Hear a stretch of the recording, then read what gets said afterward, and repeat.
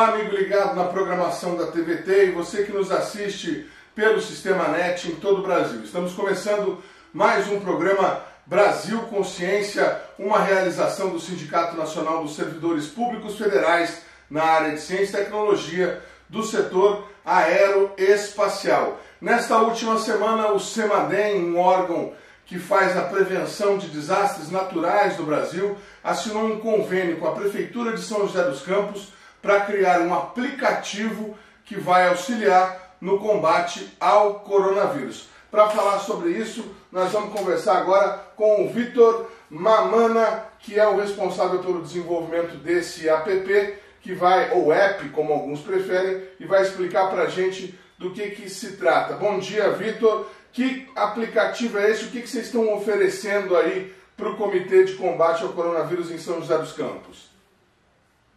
Tá legal. Bom, primeiro eu sou um membro da equipe, né? A pessoa que está coordenando é a Regina Alvalá. Ela solicitou que eu fizesse essa conversa com vocês. Então, na verdade, é uma equipe de pessoas que está trabalhando. O aplicativo é um dos aspectos desse trabalho, né? Aspecto mais, vamos dizer, de fronteira, mais desafiador em termos tecnológicos, né? Mas em termos de análise de dados, coleta de dados e tratamento de dados, o mais desafiador é o tratamento dos dados que vem da prefeitura, e isso está sendo feito por uma equipe de cartógrafos, geógrafos, né, que trabalham lá no CEMADEM, engenheiros dessa área.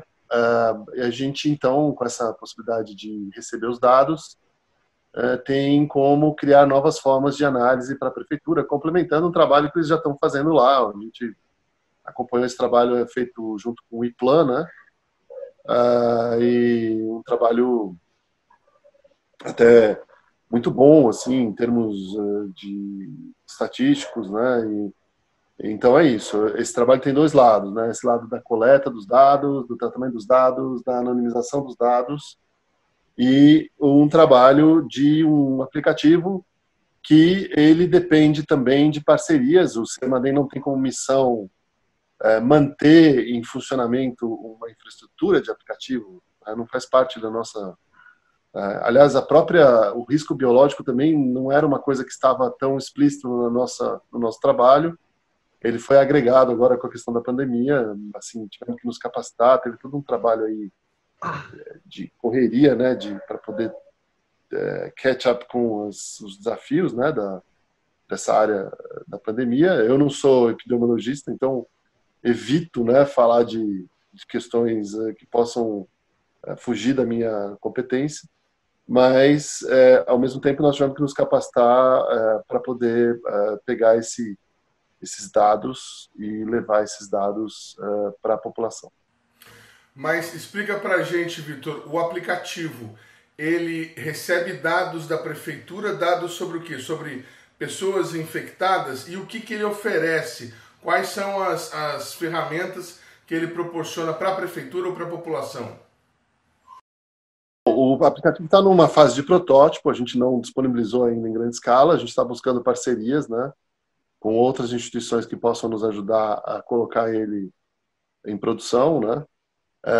E ele começou com um trabalho de benchmarking, porque eu brinco que além de uma pandemia de coronavírus, a gente tem uma pandemia de aplicativos também, né? Certo? Assim, se você for na internet, são centenas de aplicativos. Tá? E a gente percebeu que haveria oportunidade de colocar alguma coisa para ajudar a sociedade, né? E fomos, a primeira coisa, fazer um benchmark. Isso tomou algum tempo. Levantamos centenas, 105, 106, entre aplicativos e sites, né, diferentes, para a colocação dessas informações para a população. Fizemos um trabalho para entender o que cada um fazia, né?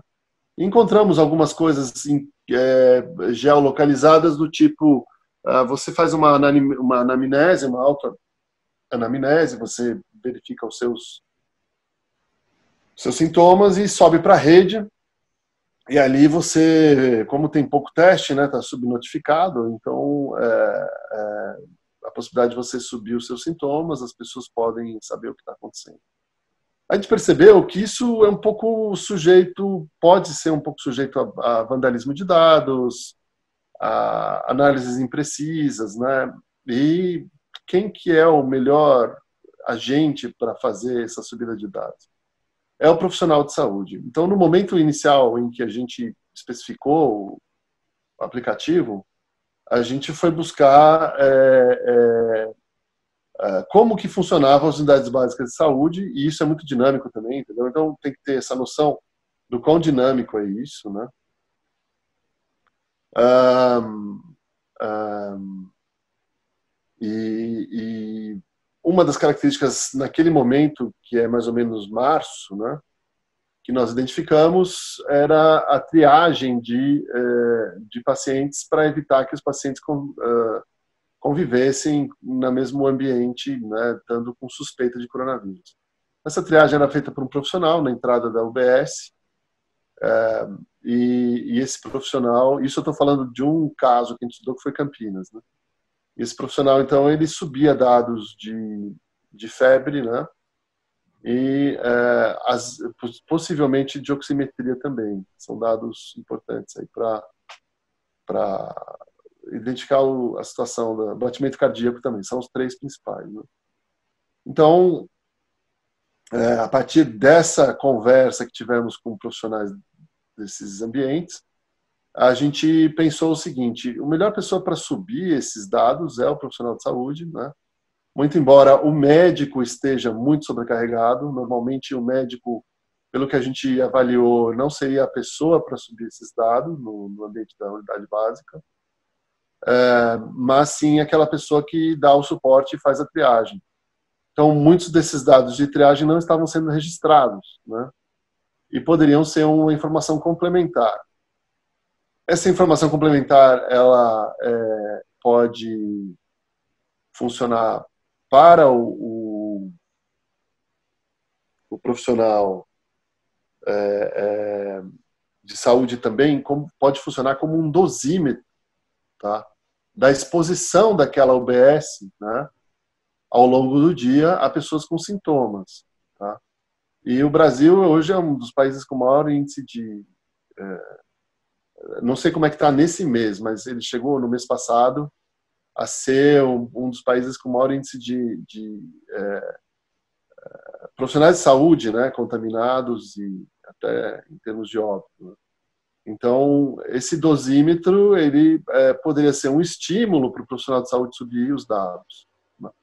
Então, tendo um celular disponível, né, o profissional de saúde poderia subir esses dados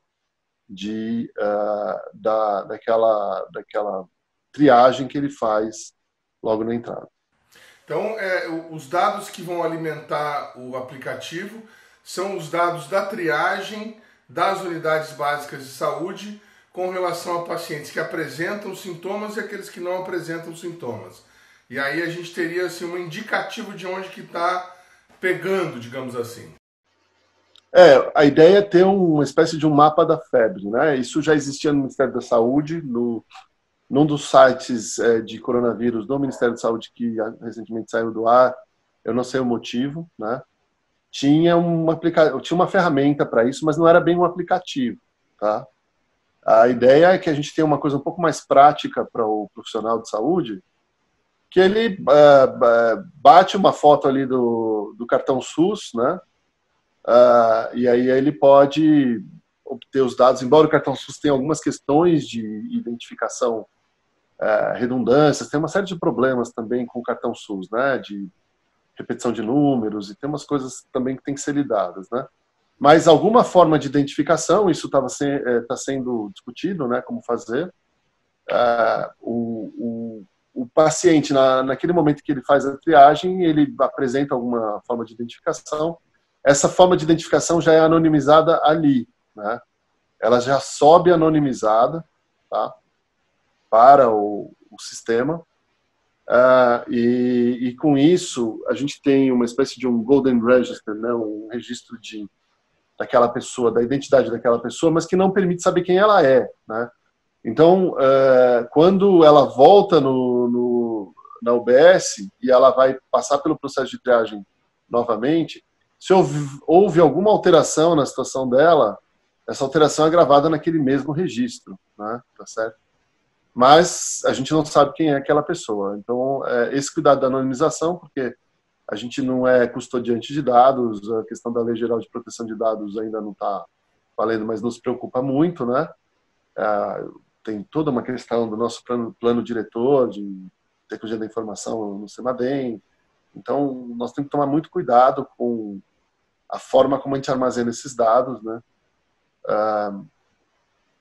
E isso tem gerado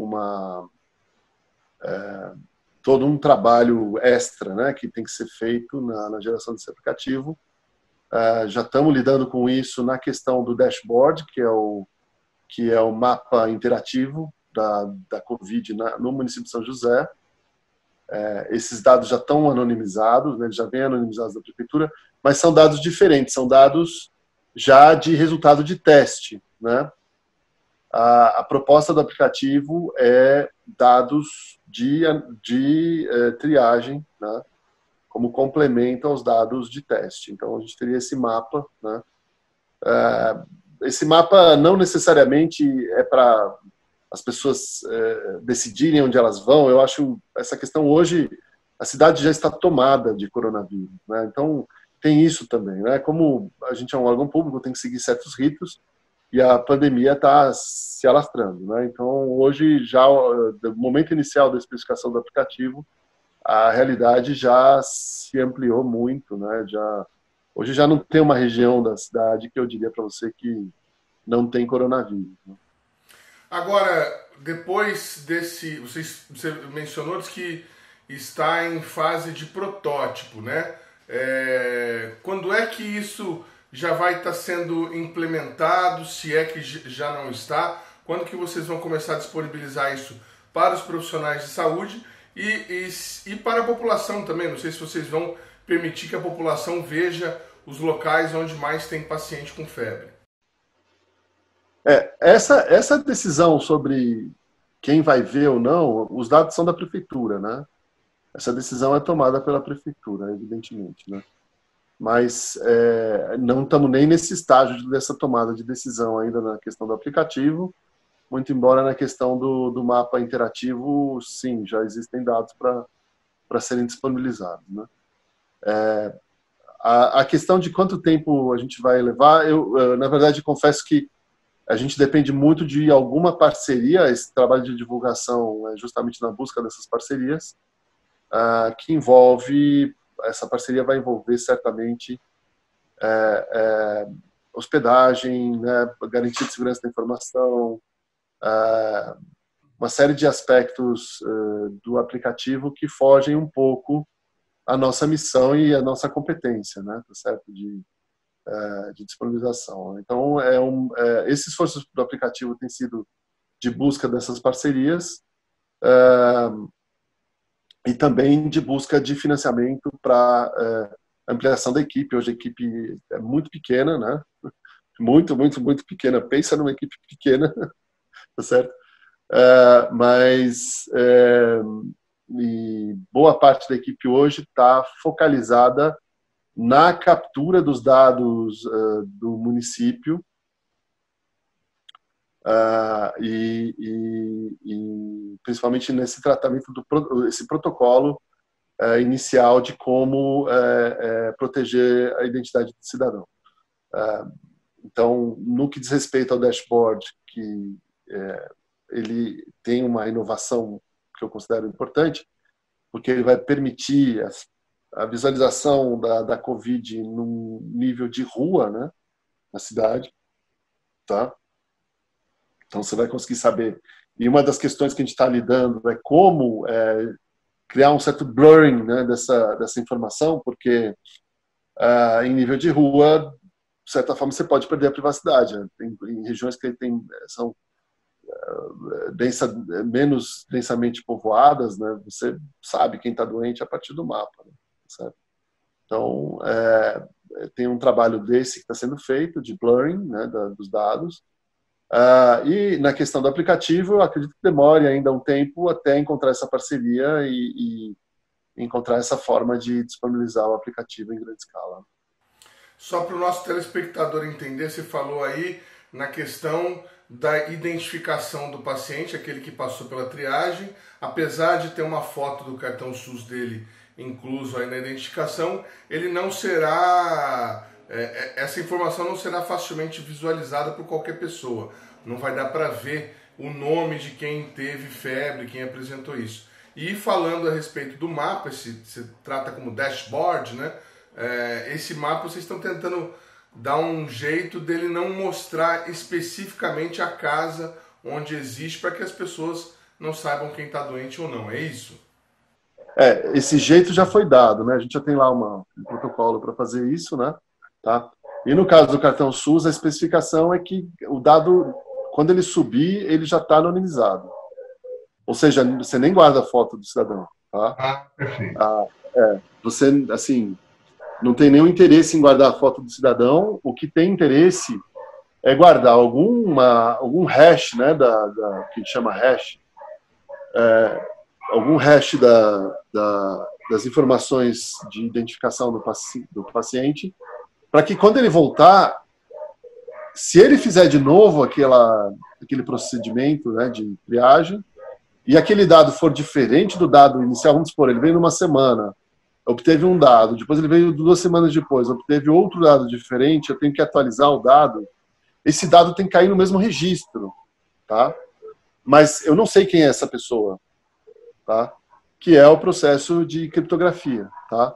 Então, o que nós estamos buscando fazer, né, e trabalhando para transformar essa especificação em realidade, é que já no momento em que você captura as informações do cidadão, você já transforma isso numa informação criptografada. Não tem nem como recuperar isso depois, não tem como você voltar para trás para saber quem era. Tá? Por outro lado, se essa mesma pessoa voltar na UBS e fizer o mesmo procedimento, ela vai cair naquele mesmo canalzinho e aquele dado vai ser guardado no lugar correto. Tá certo? Então, essa questão da anonimização é crítica, né, na sociedade hoje. O cidadão tem que estar muito atento aos dados que são coletados dele, né? E estar muito atento quem é que está coletando esses dados. Isso vale para aplicativos de celular de empresas privadas, né? Esses aplicativos de entrega rápida e uma série de coisas assim.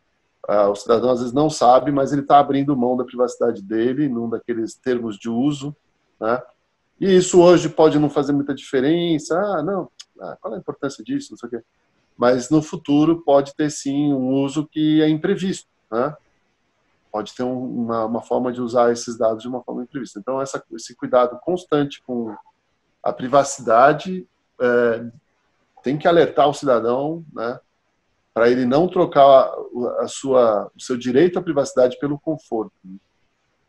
Uma última informação, vocês estão buscando parcerias de quem? Qualquer empresa na área de tecnologia pode colaborar? Entre em contato com o Semadem. Como é que está esse processo para tentar encontrar alguém que ajude? Eu acho que nós estamos buscando principalmente essa forma de ter não é só uma hospedagem, né? A hospedagem a gente pode conseguir de muitas formas, né? Mas esse sistema ele vai requerer certamente vai requerer uma constante manutenção, uma equipe maior para poder estar em grande escala nesse momento no país, né? Então estamos buscando parcerias público-privadas, né? E também o que realmente puder aparecer para complementar essa especificação e esse trabalho que nós fizemos já de prototipagem do aplicativo. Tá certo? A ideia é disponibilizar o aplicativo para o país todo. Nós temos como fazer isso em pilotos, né, para a região aqui de São José, e tivemos conversas em Campinas também, né? Não, ainda nada fechado, não tem um convênio em São José, já tem um convênio, né? Tá certo? Mas no país todo, certamente esse aplicativo, uma vez estando funcionando, né, nesses pilotos, ele vai ser útil no Brasil todo e vai ser útil no futuro para que o profissional de saúde tenha esse dosímetro de exposição para qualquer tipo de doença, né? Ele vai poder saber muito sobre a exposição que ele teve a partir disso aí, né? E, ao mesmo tempo, porque ele se sente motivado a ter esse dosímetro, a sociedade vai ter essas informações também, porque ele vai acabar subindo isso de uma forma natural, né? Então, é uma ferramenta que dá um conforto na hora da triagem, né, para o profissional, e isso eu acho que é um dos pontos fundamentais aí da nossa proposta, que se diferencia das outras que estão por aí, que também tem coisa muito boa. Eu acho que tem coisa já entrou muito rápido, né, para atendimento do cidadão, mas eu ainda não vi um aplicativo de Covid que tenha sido tão bem sucedido, entendeu? Desses de anamnese, né, o pessoal ainda não encontrou a utilidade, me parece, tão assim no dia a dia, né? Como é que você faz para uma pessoa olhar no dia a dia aquele instrumento, né? Então, é isso que foi o que norteou também a nossa especificação, né? E o protótipo que a gente está criando. O protótipo ele é baseado em Progressive Web Application, né? Que é você não baixa um aplicativo no seu celular, você usa como se fosse uma página. Isso para vencer algumas barreiras de instalação de aplicativos, né? Porque muitas vezes você não tem um celular que é capaz de instalar um aplicativo novo, já não tem mais memória para o aplicativo, né? Então, como é que você faz para a pessoa poder usar aquilo sem que ela tenha que abaixar alguma coisa, né, no seu celular? Então, esse também foi um cuidado que a gente observou, né, na especificação desse aplicativo. Tá certo, Vitor. Muito obrigado pela sua participação aqui no Brasil Consciência. A gente deseja sucesso para mais essa ferramenta aí no combate à pandemia. O programa Brasil Consciência vai para um rápido intervalo, mas a gente volta já já com muito mais informações para vocês. Tanto só não sai daí.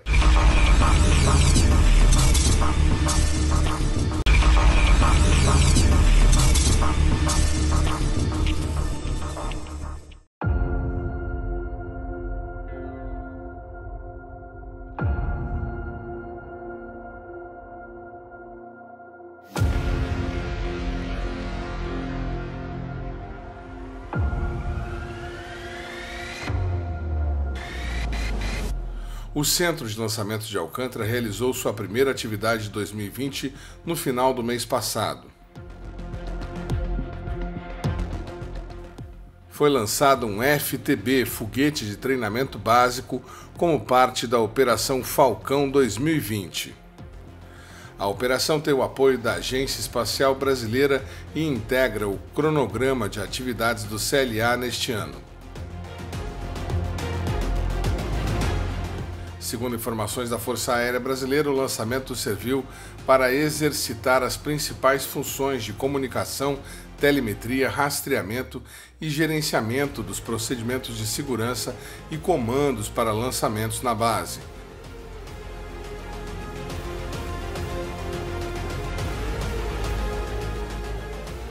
O FTB é um foguete que utiliza combustível sólido e é estabilizado por 4 hastes aerodinâmicas. O sistema de lançamento emprega um casulo reutilizável que pode ser novamente empregado em outras operações para a integração do veículo junto à plataforma de lançamento.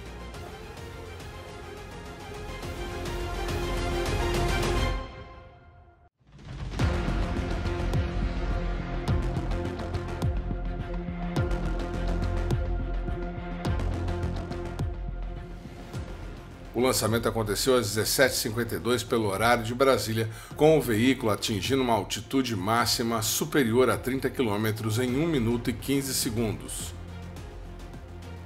O tempo de voo total aproximado foi de 2 minutos e 44 segundos.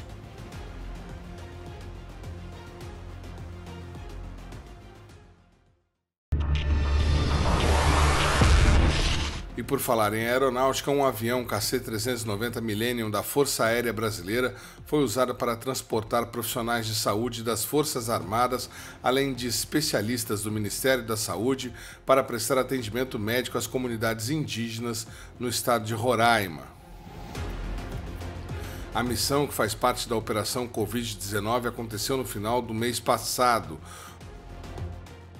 O FAB 2853 decolou da base aérea de Brasília ao 12h05, pousando na base aérea de Boa Vista às 17h30.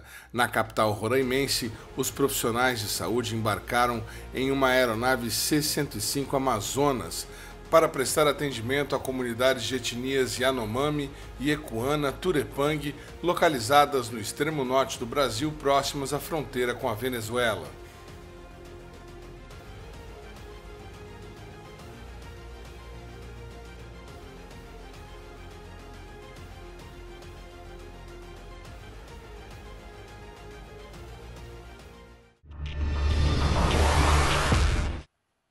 Em cerimônia virtual transmitida pelo YouTube, a Agência Espacial Brasileira assinou acordo de cooperação técnica com a empresa Mundugel para impulsionar o setor espacial brasileiro, segundo nota distribuída pela AEB. O objetivo seria, segundo a AEB, conectar profissionais, projetos e atrair investimentos para o desenvolvimento do setor e despertar o interesse da sociedade para temas espaciais. O presidente da AEB, Carlos Moura, e o fundador da Mundugel, Emerson Graneman, participaram da transmissão ao vivo. A AEB, Agência Espacial Brasileira, como órgão responsável no Brasil pela política espacial, pela coordenação dos entes que compõem o sistema, das entidades participantes, né, desenvolvimento das atividades espaciais no Brasil, e como a entidade também que representa o Brasil no exterior e promove aqui no Brasil as atividades de educação, de extensão a respeito do espaço, ela se sente orgulhosa em estabelecer essa parceria com o Mundugel, porque nós sabemos que nada pode ser feito em termos de políticas públicas se a sociedade não comprar essa ideia. E o que a gente percebe ao longo dos tempos é que o Programa Espacial Brasileiro ele não é tão conhecido pela sociedade como um todo, e se não é conhecido, não é devidamente valorizado e às vezes não tem nem a prioridade, nem os recursos de que precisa. Nós estamos vendo nesse período difícil da pandemia o quanto que nós dependemos de sistemas de comunicação, de sistemas que nos permitem eventos como esse, de enxergar um ou outro e celebrar um evento, assinar um documento dessa forma, em transmitir conhecimentos, todos os sistemas aí de delivery que não estão sendo tão essenciais nesse período. Isso mostra que o espaço já está inserido na realidade do cidadão. O que falta, às vezes, é a consciência disso e a consciência de como isso está evoluindo rapidamente. Tradicionalmente, no Brasil, o setor de espaço ele tinha um viés muito mais de pesquisa e desenvolvimento, e a gente percebe no mundo que as entidades que trabalham com isso estão provocando uma revolução no espaço, né? Então, fala-se hoje no New Space, novas formas de desenvolver as atividades espaciais, entendendo o espaço como um negócio, como um mercado a ser explorado em função de todas as necessidades que nós temos. E essa mensagem que nós temos procurado trazer para o Brasil, de forma geral, mais especificamente para o setor de negócios, e foi assim que nós nos aproximamos do Mundugel. Nós realizamos já 3 fóruns para a indústria espacial brasileira, lá em São José dos Campos. Foi uma atitude pioneira, inovadora, mas revestida das limitações que normalmente um órgão público tem para realizar um evento desse tipo.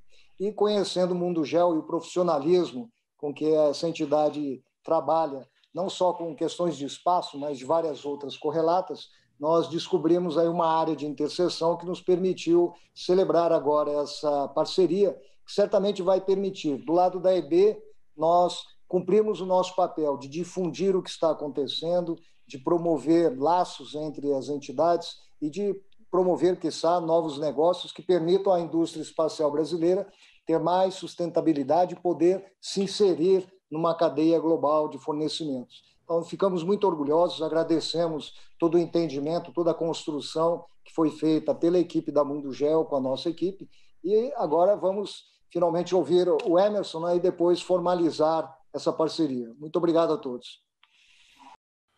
Com o acordo firmado, está em fase de elaboração um plano de trabalho para a realização de eventos com foco na geração de negócios para o setor espacial brasileiro. A expectativa da AEB é de gerar uma maior aproximação entre as empresas do país e as internacionais, de modo a incentivar a inserção da cadeia produtiva brasileira no cenário internacional espacial. Obrigado, boa tarde a todos. É isso, Carlos. A gente está muito feliz aqui na Mundo Geo para poder participar dessa construção de uma nova forma de disseminar para a sociedade os benefícios, né, do setor espacial. Concordo contigo, até então talvez fosse ainda um assunto ainda um pouco desconhecido da população.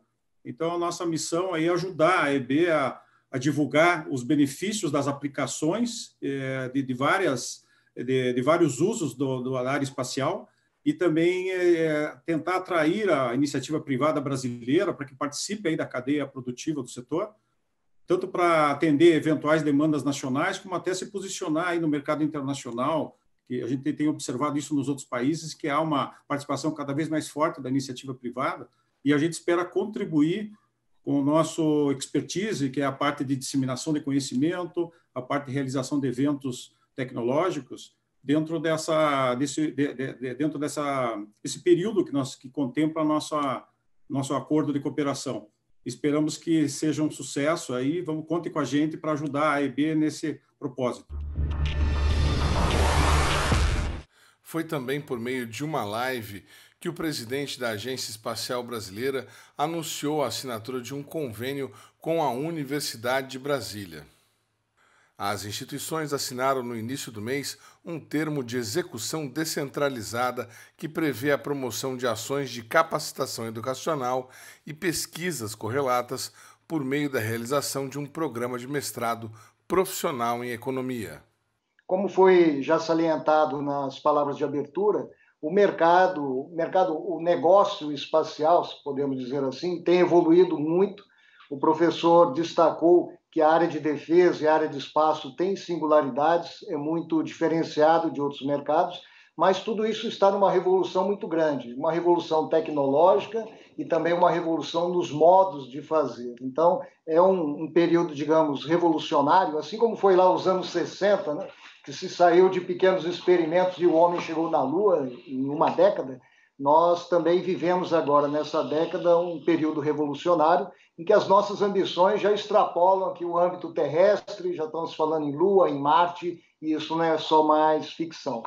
Voltando aqui mais para o nosso mundo Brasil, nós temos sempre destacado que o programa espacial ou os sistemas espaciais, eles, na verdade, não são apenas um nicho de pesquisa e desenvolvimento, eles não são apenas aquela coisa lúdica que atrai crianças de 2 a 90 anos, mas são, sim, ferramentas, são uma infraestrutura para o país, que auxilia em ou viabiliza diversas políticas públicas, comunicação, educação, telemedicina e até esses meios que nós temos agora para nos comunicarmos quando todos estão isolados. Então, a nossa visão é de que o programa espacial ele já faz parte, ele já integra todas as comunidades, todos os países. Temos visto aqui nos nossos vizinhos, na América do Sul, também nos irmãos africanos, os governos já instituindo agências espaciais ou programas embrionários de sistemas espaciais, porque isso é necessário para a agricultura,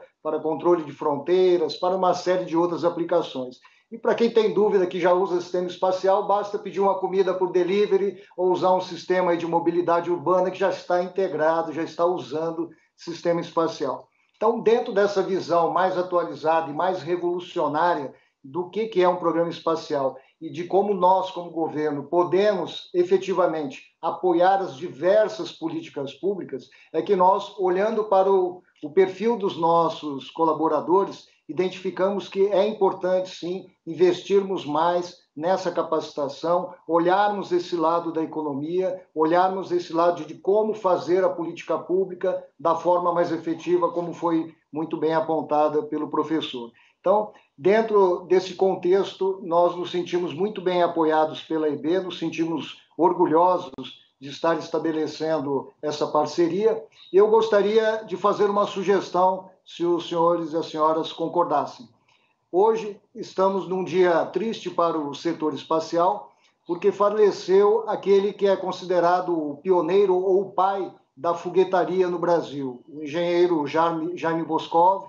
Se formou no ITA nos anos 50 ainda, foi para a França, já seguia lá uma carreira de destaque, e foi convencido à época a voltar ao Brasil.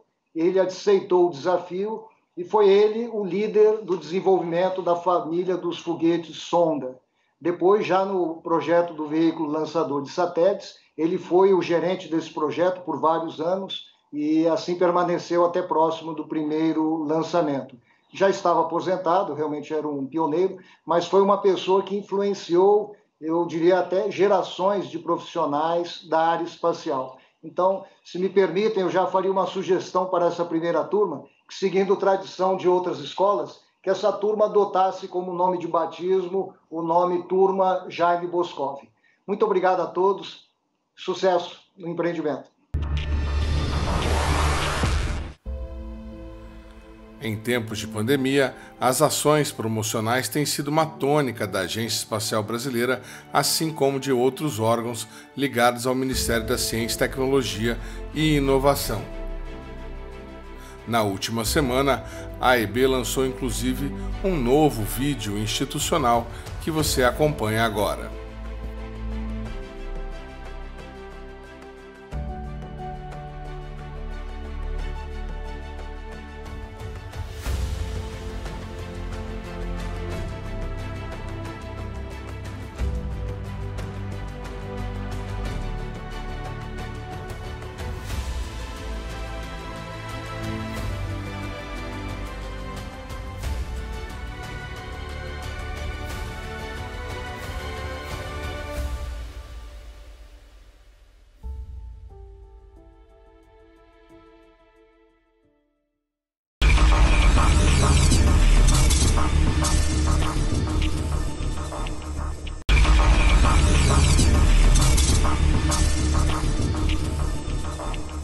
Depois de 3 meses de trabalho, o comitê responsável por localizar candidatos ao cargo de novo diretor do INPE anunciou que recebeu 9 inscrições.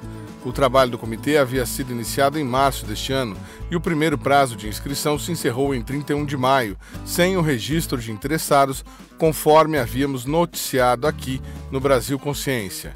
O prazo para inscrições, então, foi prorrogado e encerrado novamente no último domingo, dia 5 de julho. Segundo informações divulgadas pelo INPE à imprensa, a lista ainda será homologada e só então os nomes dos interessados serão divulgados. O ex-presidente do CNPq, João Luiz Filgueiras de Azevedo, preside a comissão. O Brasil Consciência havia solicitado informações sobre o processo de escolha do novo diretor à assessoria de imprensa do INPE na última segunda-feira, no dia seguinte ao fim do prazo, mas a assessoria não forneceu informações até o fechamento dessa edição.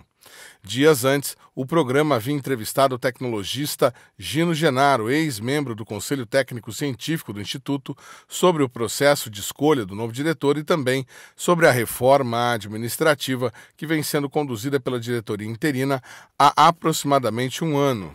Confira a entrevista completa com Gino Genaro.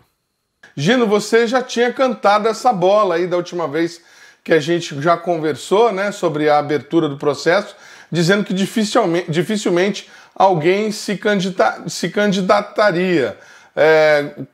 Se não foi surpresa para você, eu gostaria que você explicasse para o nosso telespectador por que você imaginava que isso aconteceria.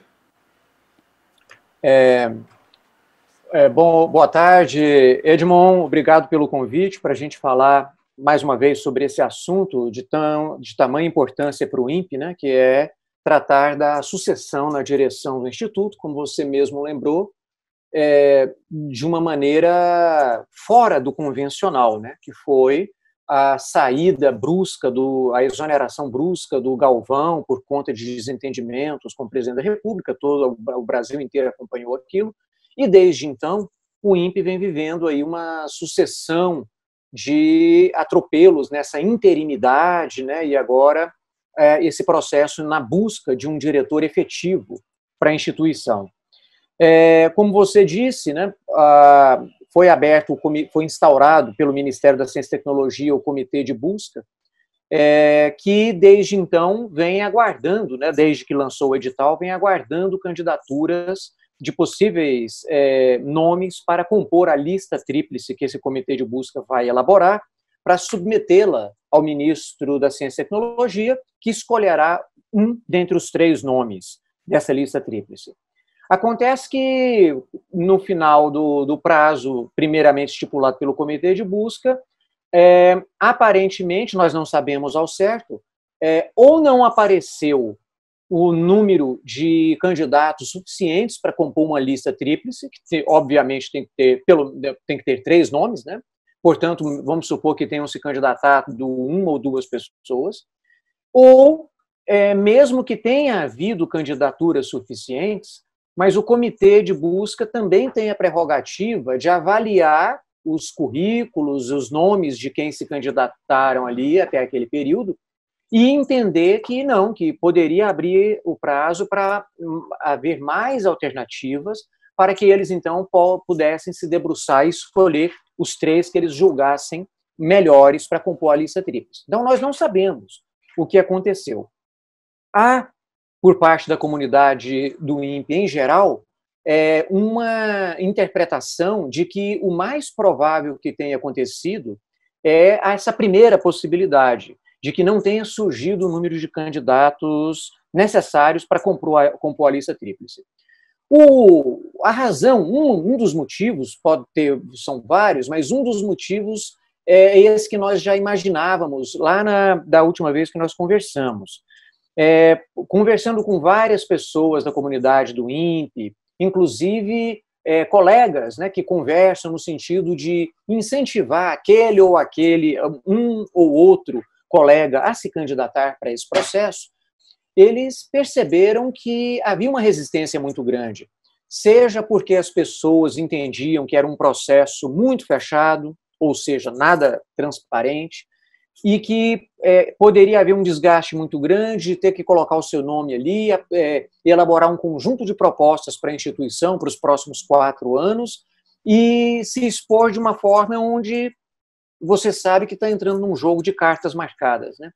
Então, isso aí passou pela avaliação de alguns colegas sondados à época, e a gente entende que isso sim pode ter sido um dos motivos que fizeram com que o Comitê de Busca tivesse que reabrir o prazo de inscrição de candidaturas. Vamos ver agora se até o término do prazo chega-se então, né, a um número de candidatos a ponto do comitê divulgar, né, elaborar e divulgar essa lista tríplice. Nós falamos da outra oportunidade. O INPE é um instituto de pesquisa, ele não é como uma universidade federal, na indicação do seu diretor, do seu reitor, e esse processo não é uma novidade, essa intransparência que está acontecendo agora, né, Gino? O que tem de diferente nesse momento, na sua opinião? Qual que é a situação? É a situação do país como um todo? É a forma como o Galvão saiu? O que mudou desse processo para os anteriores?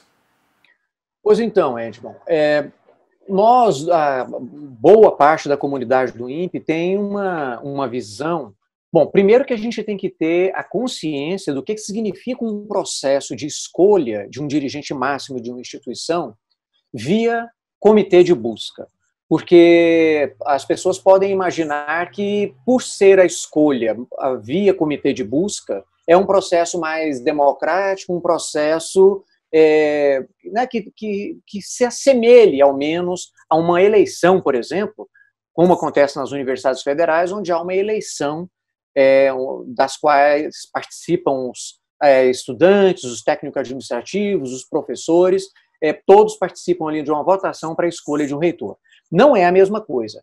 Então, um comitê de busca, o ministro de Estado escolhe a dedo alguns chamados notáveis da comunidade científica, que vão, então, se debruçar nessa tarefa de elaborar a tríplice, e aí eles vão atrás, vão entrevistar, vão analisar currículo, vão abrir processo de chamada de candidaturas. Se as pessoas não se candidatarem, eles podem convidar esse ou aquele que eles julguem importante para fazer parte dessa lista. Eles têm toda a prerrogativa, não é simplesmente ficar esperando que as pessoas se candidatem. Eles podem ir atrás. Então, e uma vez elaborada a lista tríplice, você submete ao ministro, que ainda tem a prerrogativa de escolher os 3 nomes, né? Então, disso aí a você ter uma eleição direta, tem uma distância muito grande. O que tem de diferente nesse processo atualmente que o torna ainda menos transparente e, portanto, menos aberto à participação da comunidade? É que no passado, quando o INPE escolheu seus diretores anteriores também via comitê de busca e elaboração de lista tríplice, nós já tivemos, por exemplo, situações em que o governo aceitou que a comunidade do INPE indicasse um nome para compor o comitê de busca. Então, isso aí já faz uma diferença muito grande. Nós solicitamos isso formalmente, o CTC, à época, nosso mandato no CTC acabou esse ano, o Conselho Técnico Científico do INPE, inclusive agora teve uma recente, né, eleição e os novos membros eleitos estão apenas aguardando a nomeação dos novos membros. E, na época, o nosso CTC, do qual eu fazia parte, nós chegamos a fazer essa solicitação formal para o ministro, mas não tivemos uma resposta positiva, pelo contrário, ele compôs o comitê de busca escolhendo a dedo, sem colocar nenhum representante da comunidade. Uma outra grande diferença, mas isso nós ainda estamos por ver, mas pelo que a própria comitê de busca fez até o momento, nós não esperamos que vá acontecer o que aconteceu no passado, é que no passado os comitês de busca, eles tornavam clara a sua agenda de trabalho. Então, desde o primeiro momento em que eles eram designados, eles já colocavam um edital onde tinha prazo de inscrição de candidaturas, prazo de avaliação de currículos, prazo para que esses candidatos fizessem uma apresentação pública das suas propostas para a instituição, do seu programa de governo, digamos assim, para os 4 anos que eles vão permanecer à frente da instituição. E essa apresentação era feita ao comitê, mas aberta à participação de toda a comunidade, inclusive com uma ampla participação da comunidade, que lotava o auditório para acompanhar a apresentação dessas propostas de trabalho dos candidatos. Nós não sabemos se isso vai acontecer dessa vez. Até o momento, o comitê de busca não colocou nada, o que nos leva a crer, como não foi publicado um plano de trabalho com a agenda dos trabalhos, isso não está garantido. Então, isso torna o processo ainda menos democrático, ainda menos transparente, né? Desde que essa diretoria interina assumiu, essa característica a falta de diálogo aí tem sido uma reclamação constante de alguns trabalhadores. Concomitantemente à eleição e a todo esse processo, nós temos também em andamento uma reforma administrativa no INPE, uma mudança aí da estrutura que foi anunciada logo que chegou o novo diretor e que supostamente daria um novo dinamismo aos processos dentro da entidade, mas até o momento nós não tivemos notícia da conclusão desse processo e de quais seriam as mudanças efetivas que estariam sendo tomadas. Vocês dentro do INPE já estão sofrendo algum tipo de alteração na rotina de trabalho por conta da reforma administrativa? De certa forma, sim, Edmond. Esse é um outro aspecto que tem preocupado muito a comunidade do INPE. Inclusive, recentemente, o próprio sindicato da nossa categoria soltou, né, um artigo tratando dessa questão da reforma, da reestruturação administrativa do INPE, seja pela forma como a mesma se deu, com pouca discussão, né, e, na verdade, houve discussão, mas entre algumas pessoas da administração, os coordenadores gerais, dos então coordenadores gerais, se reuniram com algumas chefias, discutiram isso, mas não a ponto de ser realmente uma o que se poderia dizer de um amplo debate institucional, primeiro acerca das necessidades de uma reestruturação desse porte, o que havia de bom e de ruim na estrutura atual, o que precisaria mudar. Isso não foi debatido com o conjunto da comunidade do INPE.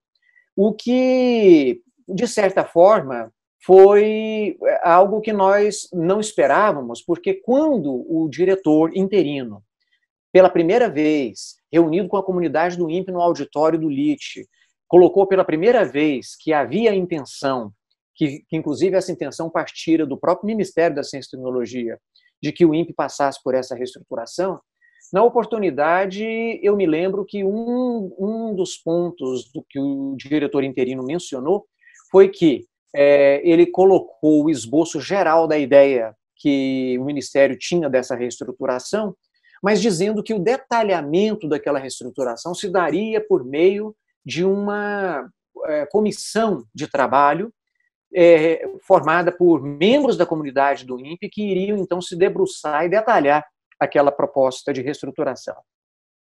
Pois bem, as discussões aconteceram somente entre chefias, coordenadores gerais e tudo mais, e, de fato, essa comissão de trabalho em nenhum momento foi criada.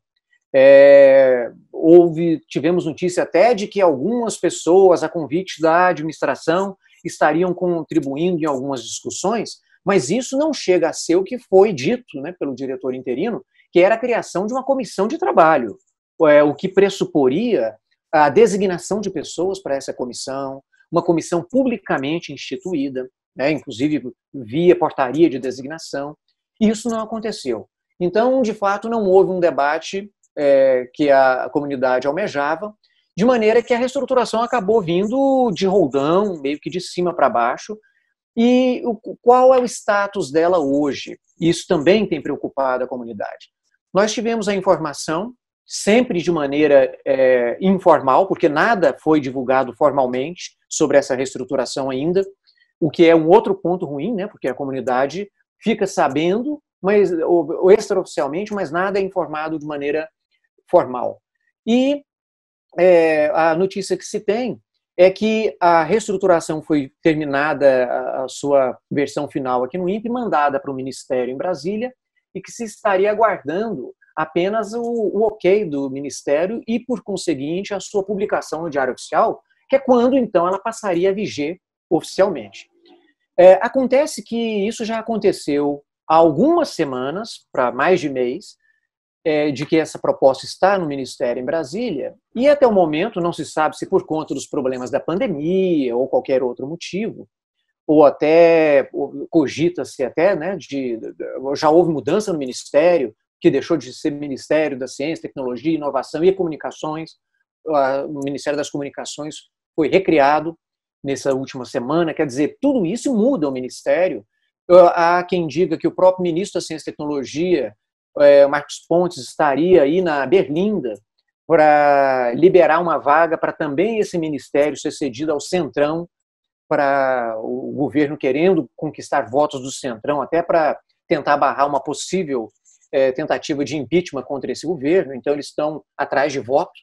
Então, tudo isso perturba aí o meio de campo, que pode explicar, pelo menos, esse atraso, pelo menos na expectativa do diretor interino, de que já tivesse essa reestruturação publicada e vigendo, né? Então, isso não aconteceu, já faz um bom tempo. E o que mais nos chama atenção é que, na prática, nós temos tido notícia de que o INPE já tem funcionado de acordo com essa nova estrutura, o que é algo absolutamente inesperado, né? Porque um dos aspectos básicos da administração pública, um dos pilares da administração, é que ela age em cima de um formalismo. Tudo que se faz na administração pública tem que ser de maneira formal, né? Você não pode ter uma instituição funcionando numa estrutura que não existe na prática, né? E o que nós temos notícia é que a direção do INPE já não se reúne mais com os atuais chefes e coordenadores gerais, e ele se reúne com aqueles que virão a ser os eventuais futuros coordenadores no novo formato da estrutura, quando e se essa nova estrutura passar a vigir. Então, isso é muito ruim, porque ao mesmo tempo que você tem a administração do INPE sendo gerida em cima de um formato que não existe, em lugar nenhum, não foi publicada, não existe, não é vigente, mas na prática está acontecendo, você ainda tem, por outro lado, os atuais gestores que ocupam os cargos no formato atual da estrutura do INPE e que na prática não respondem por mais nada. Então hoje você não responde mais para o meu chefe, eu respondo para aquele que poderá vir a ser o meu eventual futuro chefe. E o meu chefe atual já não está ali como algo simbólico. Então isso, para a administração pública em geral e para o INPE em particular, é algo muito negativo. Então, pelo menos o que se esperava era que tudo bem, fez a reestruturação que iria fazer, fez sem discussão da forma como foi implementada, mande para Brasília, mas aguarde a publicação no Diário Oficial até que então passe a ser trabalhado de acordo com a nova estrutura, né? Tudo isso tem prejudicado muito, né, criado uma coisa muito nebulosa na administração do INPE, e isso tem sido muito ruim para a instituição. O programa Brasil Consciência de hoje vai ficando por aqui. Você que quiser acompanhar os outros programas produzidos pela rádio do SINDICT, deve acessar a nossa página no Facebook, que está aí para você na tela neste momento. Você que quiser conferir todo o conteúdo produzido pelo Brasil Consciência, deve continuar acessando a nossa página no YouTube, que está aí para você também na tela. Dúvidas, reclamações ou sugestões devem ser encaminhadas ao nosso endereço de e-mail, que está aí para você também na tela neste momento. Obrigado pelo carinho da sua audiência, pela sua companhia e até a semana que vem.